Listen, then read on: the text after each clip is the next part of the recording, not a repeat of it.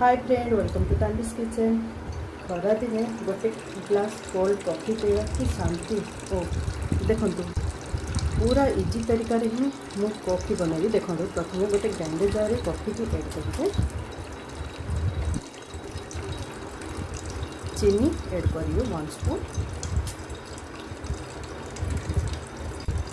पूरा इजी तरीका ही मु कॉफी बनैबी। देखो प्रथम गोटे ग्राइंडर जार कॉफी की ऐड करेंगे,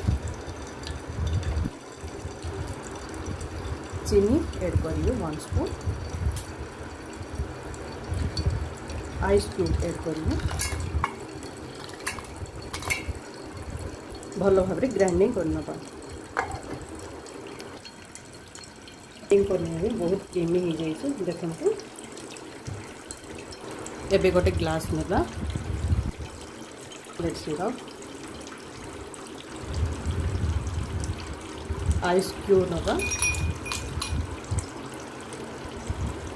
कॉफी,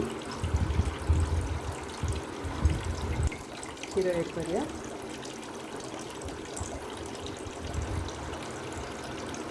देखो रेडी हो गला कोल्ड कॉफी।